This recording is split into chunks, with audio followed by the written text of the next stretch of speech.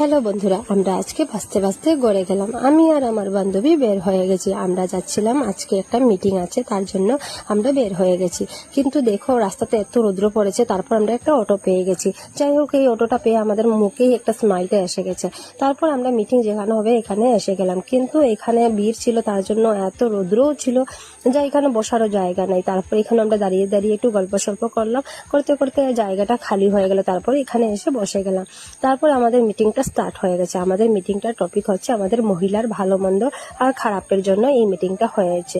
তারপর আমরা বের হয়ে গেছি মিটিংটা শেষ করে। তারপর মিটিংটা শেষ করার পর আজকে আর এখন আর মেন রোডের রাস্তা দিকে যাব না, কারণ আমাদের কাকের সন্ধ্যা হয়ে যাবে ঘরে যেতে যেতে। তার জন্য আমাদের কাকিদের সঙ্গে আমরা একসঙ্গে যাচ্ছি। ওনারা জানে যে কোন দিকে শর্টকাটে আমরা ঘরে যেতে পারবো, তাই ওনাদের সঙ্গে যাওয়ার জন্য এত ভয় পাচ্ছিলাম, এত রাস্তাটা খারাপ ছিল।